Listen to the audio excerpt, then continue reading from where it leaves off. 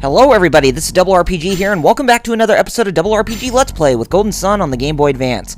In today's episode, we're going to resume where we left off, and we are going to finally finish up with the town of Altin and save it from the catastrophe that is being ruined by the living lizard statues of sorts. So yeah, let's go ahead and get on with this episode that's already in progress, shall we? And as you can tell, we went back inside of the cave, and we're going to make our way a bit further. We need to find the place where the main statue is located, which is the Hydro statue. And that is a boss here in Altin Peak, which we are going to be fighting today, for sure. And as well, there's also going to be a new genie that we can collect inside of this place as well. So, yeah, there are two new things that we can actually do for this episode today. So I'm actually very excited to get into it, and you should be too. So let's just go ahead and get moving here, and let's see if we can try to find the way we want to go in order to locate where the Hydro statue is hiding. And that will take just a little bit, probably in about 10 or so minutes, but, you know, we'll just have to, keep our distance, and, well, not keep our distance, but just keep on the lookout for where we have to go, and look out for that other genie so we can fight it in battle, and we can obtain it for ourselves. And as you can see, Garrett's not really doing very well because he has the, the delusion ability wrapped around him, or his mind is wrapped in delusion. But Ivan wasn't doing really well because he had low hit points after taking so much damage from that enemy in battle. And of course, we got another enemy we had to fight. It's a couple more rat fighters. Yep, I think this is another one of the new enemies that's within this place, so at least they're, since some of the enemies here are reused from when we were over by Xian in the Fuqing Temple, at least there are a couple that are new. So, not all is a total loss in terms of the enemy count or the newer types of enemies that we're seeing, but once we go to the Lakamen Lamakan Desert, or Lakamen, or whatever it's called, then we will see some newer enemies when we go through that hot, dry, arid place. You shall see why it's called a hot, dry, arid place once we get to it. Okay, we got a lucky medal inside of that treasure chest, and that's another one of those lucky medals that we can, sell at the item shop for them to hold on to the artifact section. So that way we can use them when we go to Tolby later. And let's get back on track here. We're fighting a couple of dirges. And I know a lot of people might ask me, why do I keep showing the random battles in this game? Well, for those who haven't been able to pick up the pace, or some of those who haven't even started the Let's Play, I will just let you know that the battles in this game actually go by pretty fast, so I'm just going to leave them here, and they really don't take away from the whole experience, so it's okay to leave the random battles going on here at best, but there might be times when I'll do some cut-ins, whether or not if it's to find some newer items and such. That is when I will start to do some editing. But for the most part, it's really not that big of a deal, unless if I find a point where it's really boring to do a lot of random battles, unless if it's, to grind or whatever, but for the most part, it's really not that bad. Okay, let's see, what we want to do is we actually want to move that log right over there, and we want to use the Frost Jewel right here. And someone actually pointed this out to me about the Frost Jewel that we got from the living statue about a couple episodes ago. The Frost Jewel that we got from the living statue a couple episodes ago, we can actually use that for either Garrett or Ivan when we go to Tolby when we have to fight in the tournament later. So one of them can actually use the Frost Jewel, while none of them can actually use the Douse ability in one of the rounds for the tournament. So I didn't even realize that, so I do apologize in advance for that. So yeah, I just wanted to go ahead and throw that out here, because when I get up to Tolby, which we probably won't get to till sometime next week, or in about a couple weeks, I will not be using, or not having one person using the Frost Jewel. Instead, it'll be Mia who is using Frost all the time.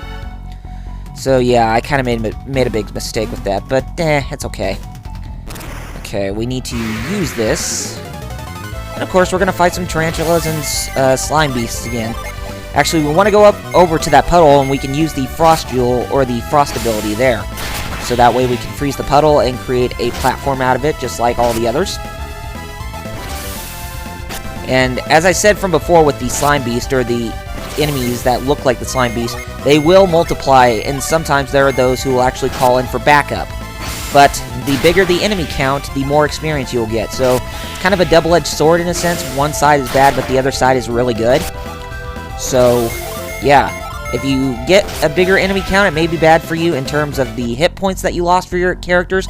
But for the most part, or for the better part, you at least get more experience points.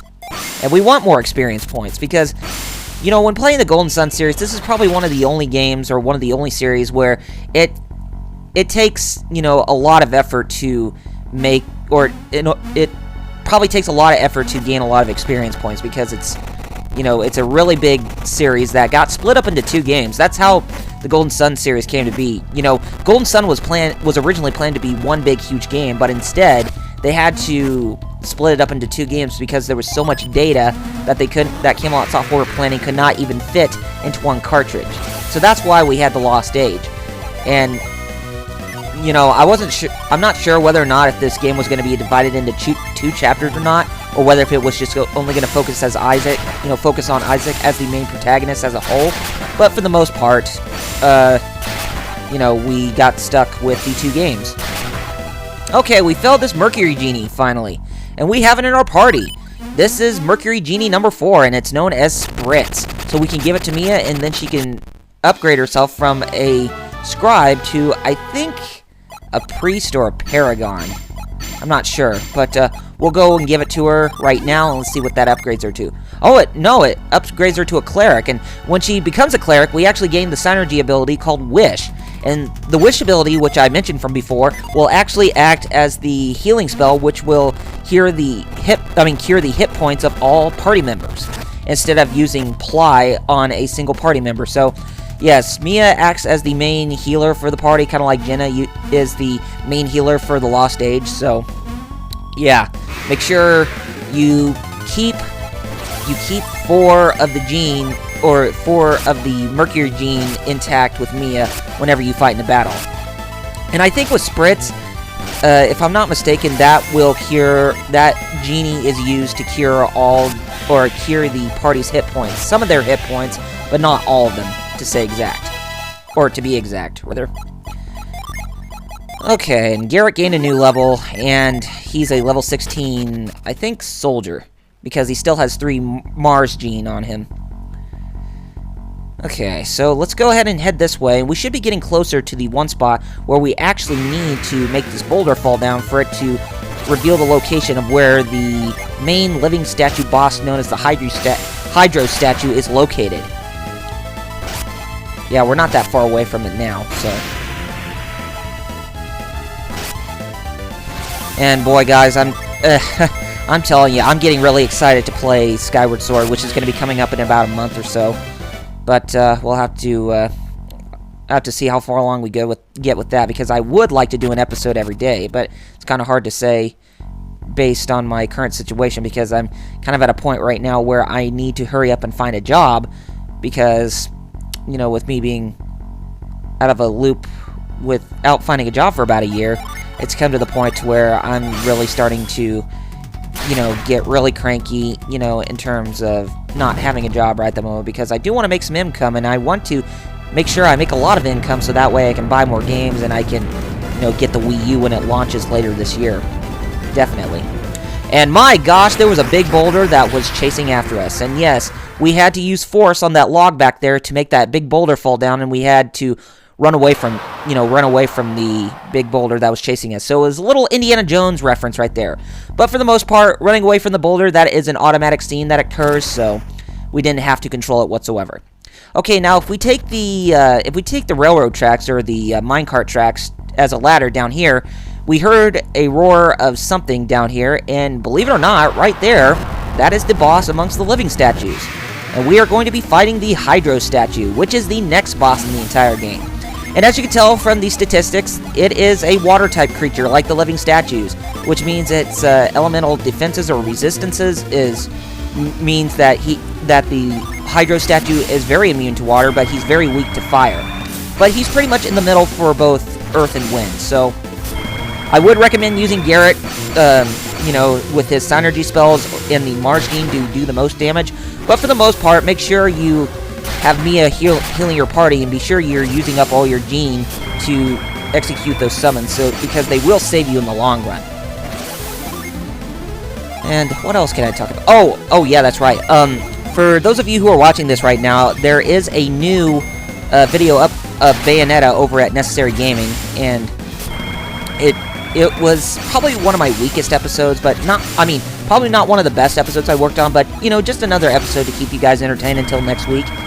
And, you know, I plan on playing the game a bit more. I plan on, you know, capturing, spending, like, you know, some time during one day and capturing many episodes, kind of like what I'm going to be doing for Skyward Sword. I don't know how I'm going to be dealing with the microphone issue. I may have to buy, or may have to see if I can try to find one of those microphone headsets, or those headset microphones, or headsets that have microphones attached to them, so that way I can speak to you guys from there instead of waggling the Wiimote in front of the AT2020 USB mic, because that could possibly knock over the microphone. So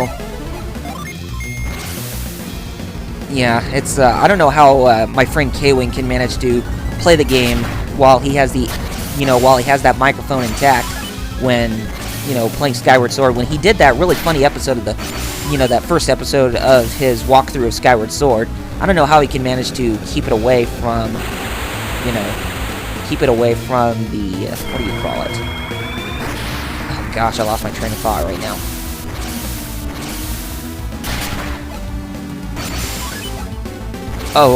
How he can manage to keep his microphone away from, you know, the Wiimote and Nunchuck while he is playing Skyward Sword, because, you know, the game utilizes those controllers really well.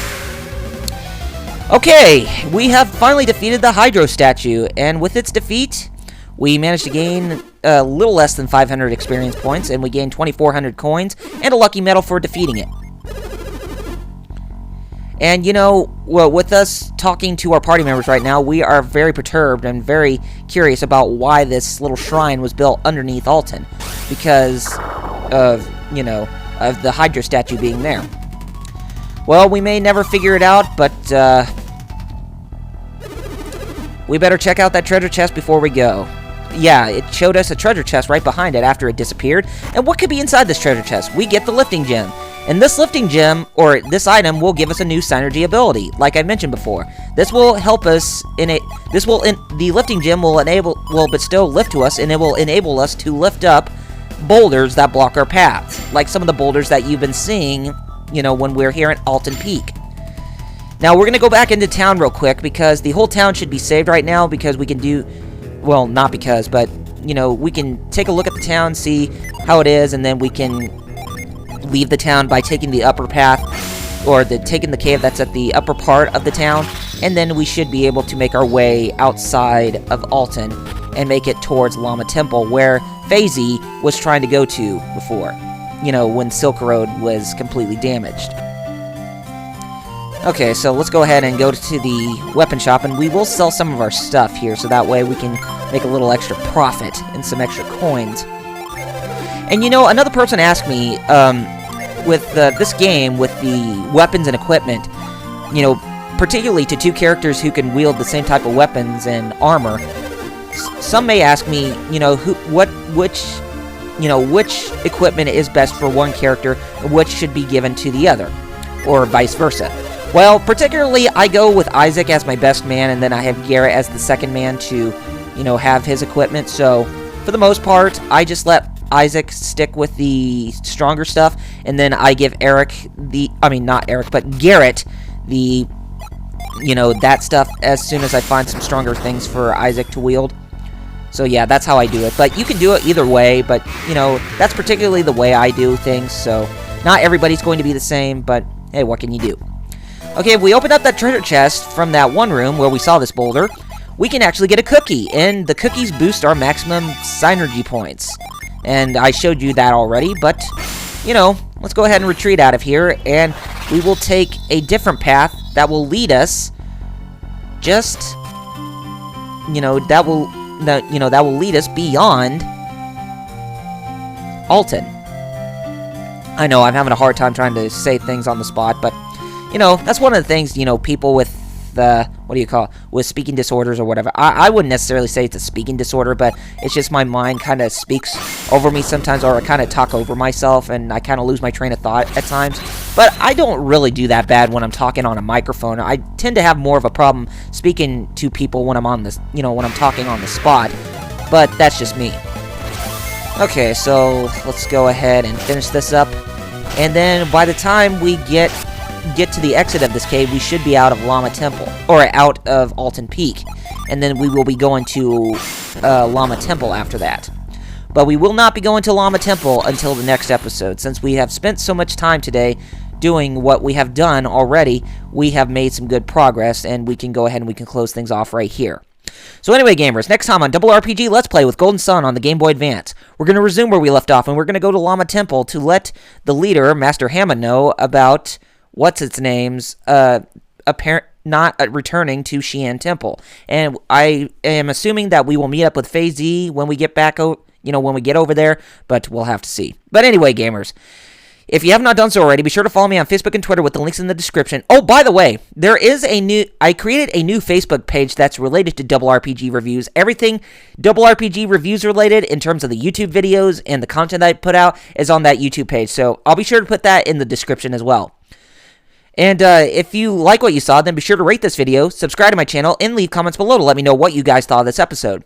Anyway, gamers, take care of yourselves, and I shall see you on the next episode. Thank you all for watching, and I'll see you guys then.